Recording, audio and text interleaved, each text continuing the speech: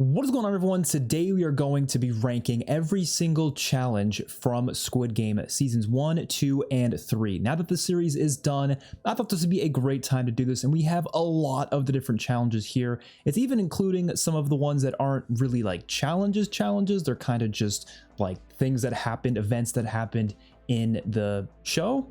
And yeah, I'm going to be ranking it on pretty much anything you can think of. I'm ranking it on how entertaining it was to watch in the show, how interesting the challenge is.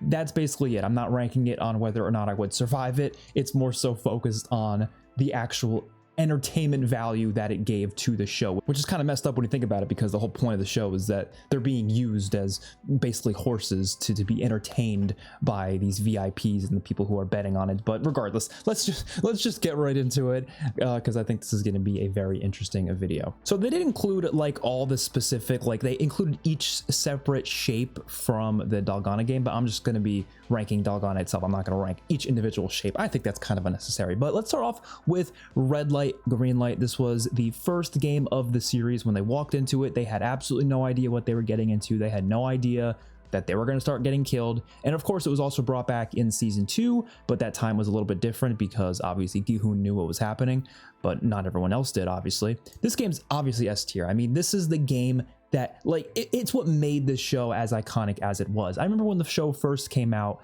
everybody was talking about this. Everybody, literally, it was always about this scene too. It was how the show started. I didn't even see people talking about the later episodes. It was always just that scene. And I know a lot of people that only watched the first episode of this show just to see that scene, and that's it. They didn't watch anything past that. Eventually, I'm sure most of them did watch the rest, but that was the thing that like everyone just wanted to see. They wanted to see what actually was going on in that scene, because it's a very common game. People love to play red light, green light. It's not just a game that's played in South Korea. I mean, people in the United States play it as well. Like, it's a very popular game, and the idea of getting shot when you fail is just like something I've just never seen before, and it was always entertaining. It was definitely one of the most intense games, always one that I don't even think myself, I don't even think I'd make it, because like trying to stay still when you're like probably really nervous is not something that'd be easy, obviously.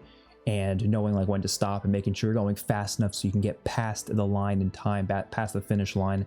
All of that was so good. And honestly, I think in season 2 it was even better because of how Gi-hoon was now like in charge, and he was like trying to lead everyone and tell them what to do. That was really cool. So easily one of the best games in the show by far. Next up, we have Dalgona. This was the second game of Squid Game season 1, a game that we were kind of thinking we were going to see in season 2, but of course it ended up being a twist where the games were going to be different. But this is definitely a game that was, I would say, quite iconic as well. Like, a lot of people were even making the cookies themselves and trying to do it themselves at home because of it.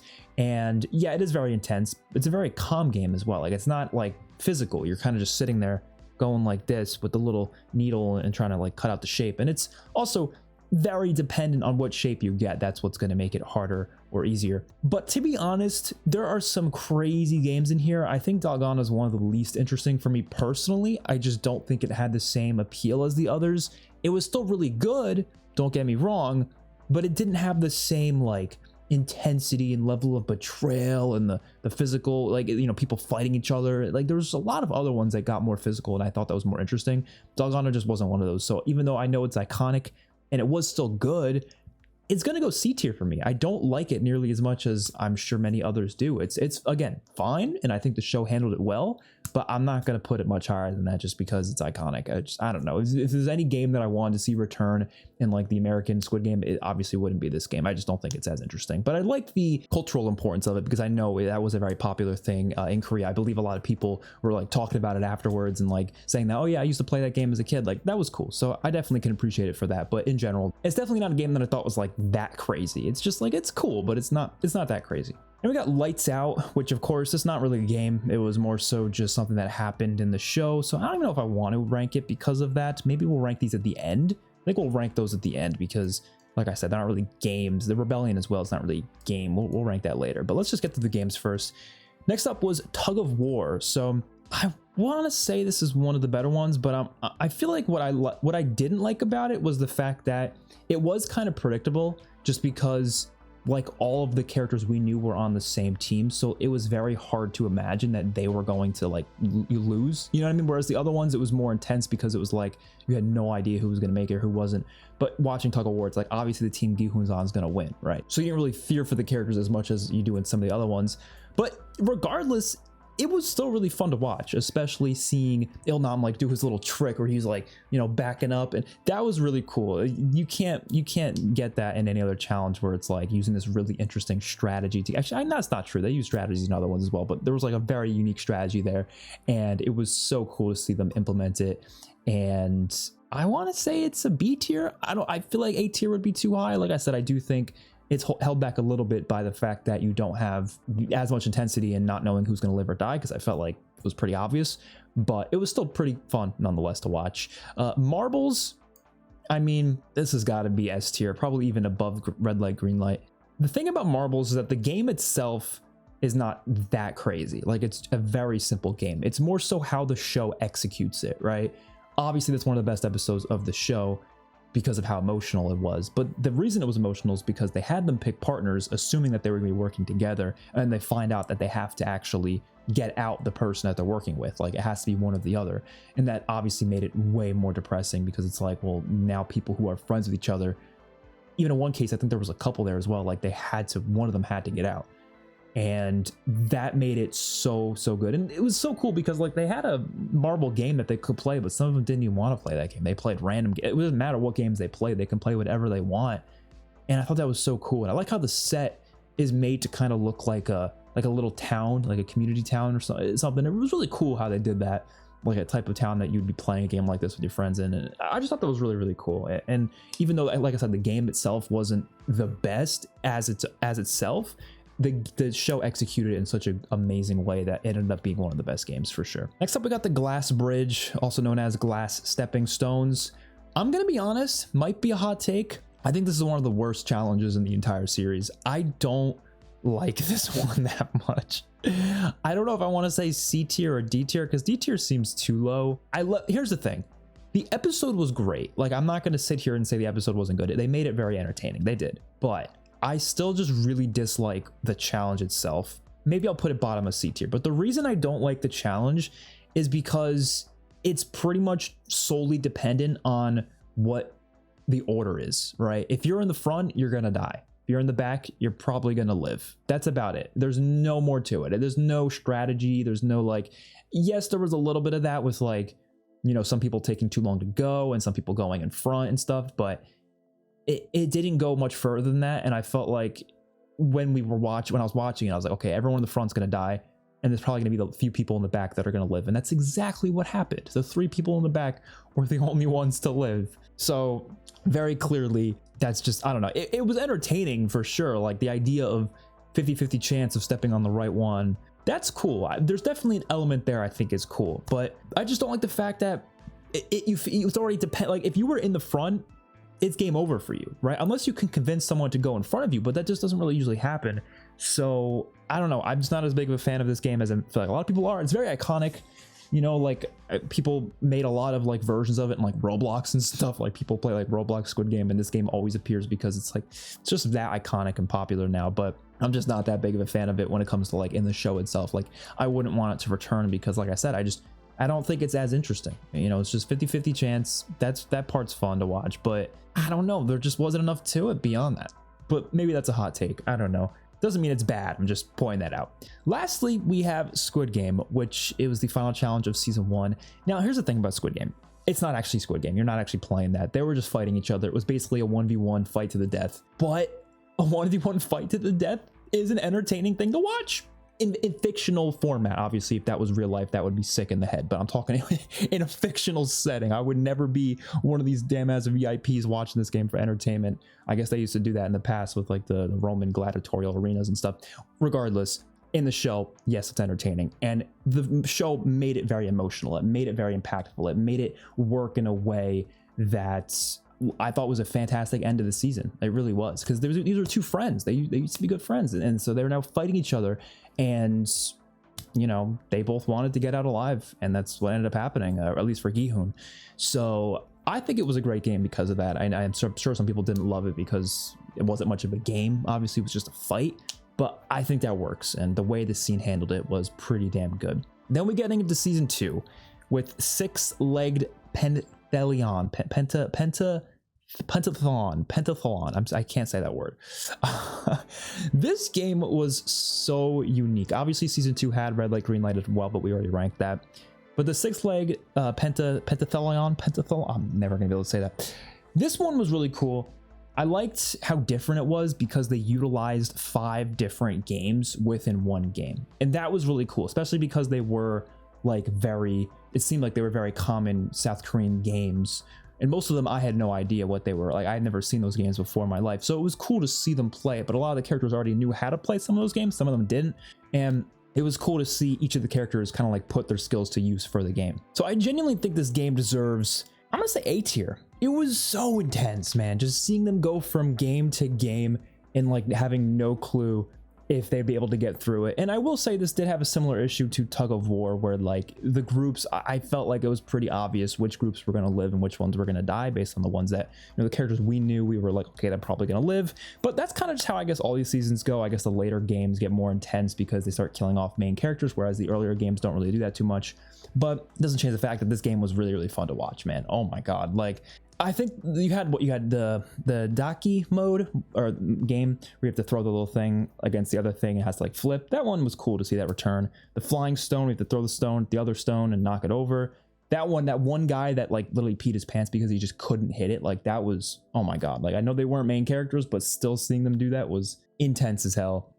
There was a spinning top game. I forget the names of the other ones, but they were really, really fun. I'm just overall a big fan of how this game played out. It was really unique. The idea of having, you know, they also like they were like tied together by their legs, so they had to be doing it together, and one person had to do each game. So all that was just so awesome, and the way they executed it was really good too. The music that they used in the scenes were really good. They did a great job with it. Next up, we have Mingle. This is by far, without a doubt, the best game that Squid Game ever had, easily.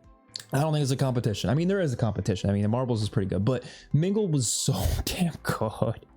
From the song that was playing during it to the just game itself, the intensity of it, the fact that it involves, like, it plays such an interesting role with like group dynamic, right? Because certain groups get split up because they're like, oh my God, we have a group of 4, but we only can have 3 people per room for this game. So now we have to take one of the people from our group and they have to go find someone else to be with. That is such a cool game. Like it just is, like just the way it played. And it was probably one of the most intense episodes of the show because of that. And there wasn't any like huge deaths. Like there was the one girl, I forget what her name was. This is Uni, I think it was, something like that. She that was really emotional seeing her get killed. And I mean, it happened because of 333, that like last second where he kind of like swooped in. And even that one scene with Inho where he like killed the guy inside of the room because he realized you only need like 2 people. Like I think it was one time it was 2 people per room. He said, as long as you have 2 people alive in there, if there's a third person and they're dead, it doesn't count as a person. So he killed them as they were in there. That was insane. Like that game just allowed for such an unique dynamic. The room itself looked really cool. Like it was so perfectly done. It honestly might be season 2, I've kind of debated, might be my favorite of the seasons, and I think this game is a big reason for that. Like that was just such a good scene, a good episode. And so yeah, that is definitely S tier. And next up, we're on the season 3 games. Hide and Seek is how it started. This was in episode 2 of season 3, and this is also going to go in S tier. I'm even going to go higher than Marbles. I feel like Hide and Seek was so much fun. I mean, Hide and Seek is a game that I would say out of any of these games is probably the most popular. I feel like everybody has played Hide and Seek. You cannot tell me you haven't played Hide and Seek before. It's just such a common game, so iconic. And the way they do it is really cool because the seekers have to kill someone, and each one has to kill at least one person to get out, which makes for such an interesting dynamic because if you're part of that group, I mean, killing is not an easy thing. You know, it's not something that you're going to want to do. It's going to fuck you up emotionally. So like doing that is tough, but they all had to do it in order to get out of there, right? And then as for the people hiding, they just had to find the exit essentially using 3 keys. So they basically needed to be in a group or at least find other keys from other people And the way the maze worked, I liked how it was in a maze. I thought that was really cool. It really made for an interesting set piece, and the way the episode was shot was really good too. A lot of cool one shots. Like, they really did a good job with how this was executed, but it ended up being, in my opinion, one of the, like, it was so much fun to watch, man. Oh my god. It was also like they killed off so many characters in that episode. Like, a lot of people died, which made sense. There was a lot of betrayal. There was a lot of, even the mother had to kill her own son, right? Like, because he was about to kill Junie and the baby. Well, at least Junie. I don't know about the baby, but it was just so good. It was so well handled. So definitely S tier. And then we got Jump the Rope, which was a game that I was really looking forward to. We saw it in the trailer, and I was like, wow, this is gonna be amazing. And it was pretty amazing. I would say it's definitely one of the better games. I don't know if I'm gonna put an S tier though. I think I'm gonna put high A, but I think it was better than the Glass Stepping Stones. I feel like it was kind of that same idea where it was like you're up high and the dying would be falling off. But I think it was much cooler because it's not whoever's in front loses. It's not, it's not like that at all.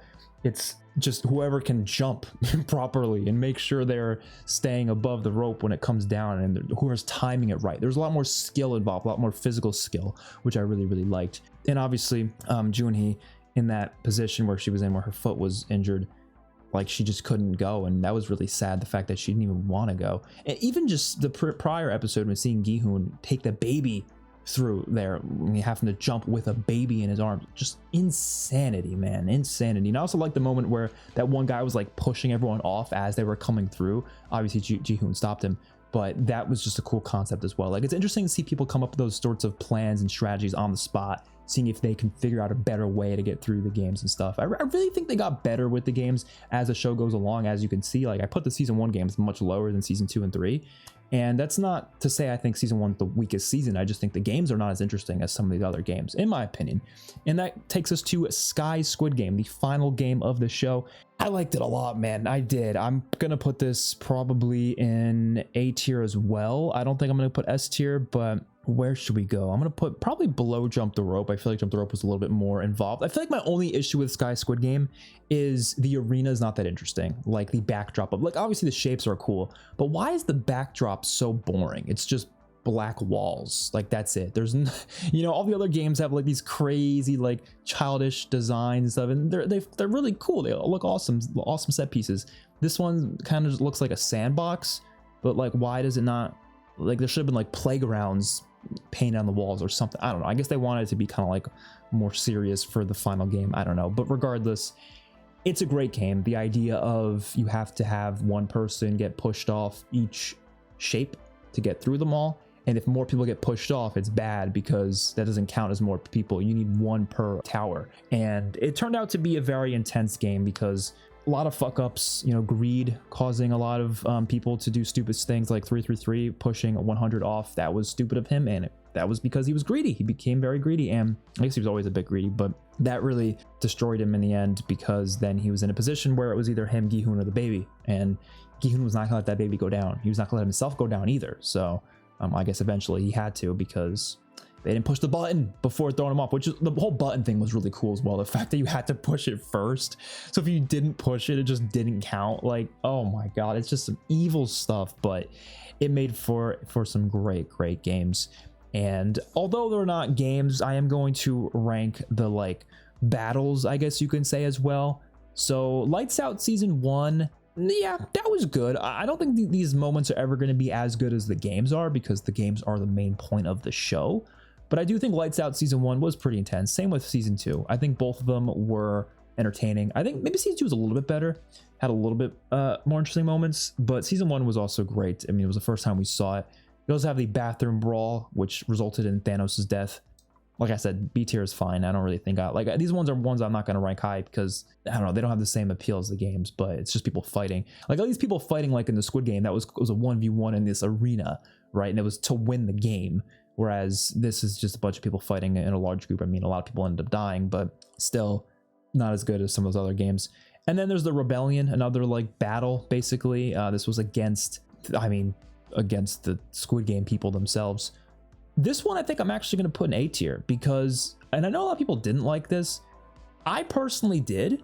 I thought it was pretty good, because it was showing that, like, it was showing people trying to stick up, trying to fight back against this shit. And I thought that was cool. Like the fact that, you know, this whole series went by and I was always expecting something like that. I wanted to see people try to fight back, and getting to actually see it was awesome. It was a great finale to season 2. But of course they lost in the end and didn't get them that far, unfortunately. But it was still really good. It was still really entertaining. And they didn't include this on the tier list, but I do want to say the Russian roulette games that they did in season 2 in the beginning, I don't know why that's not included in this list, but I would put that probably A tier. I think that was entertaining as well. It was really well directed. It was so entertaining, the way the show handled it. So I do want to include that up there just as like you know, just in case anyone asks why that's not here, but I didn't make the list. But regardless, I really like most of these games. You know, as much as I said Doggone on the Stepping Stones one are definitely the weakest, they're still good. They're still entertaining. They're still fun to watch. I just think they're the weakest out of all the games in Squid Game. So hopefully you guys enjoyed. Let me know your thoughts in the comment section down below. I will see you all in my next one. Peace out.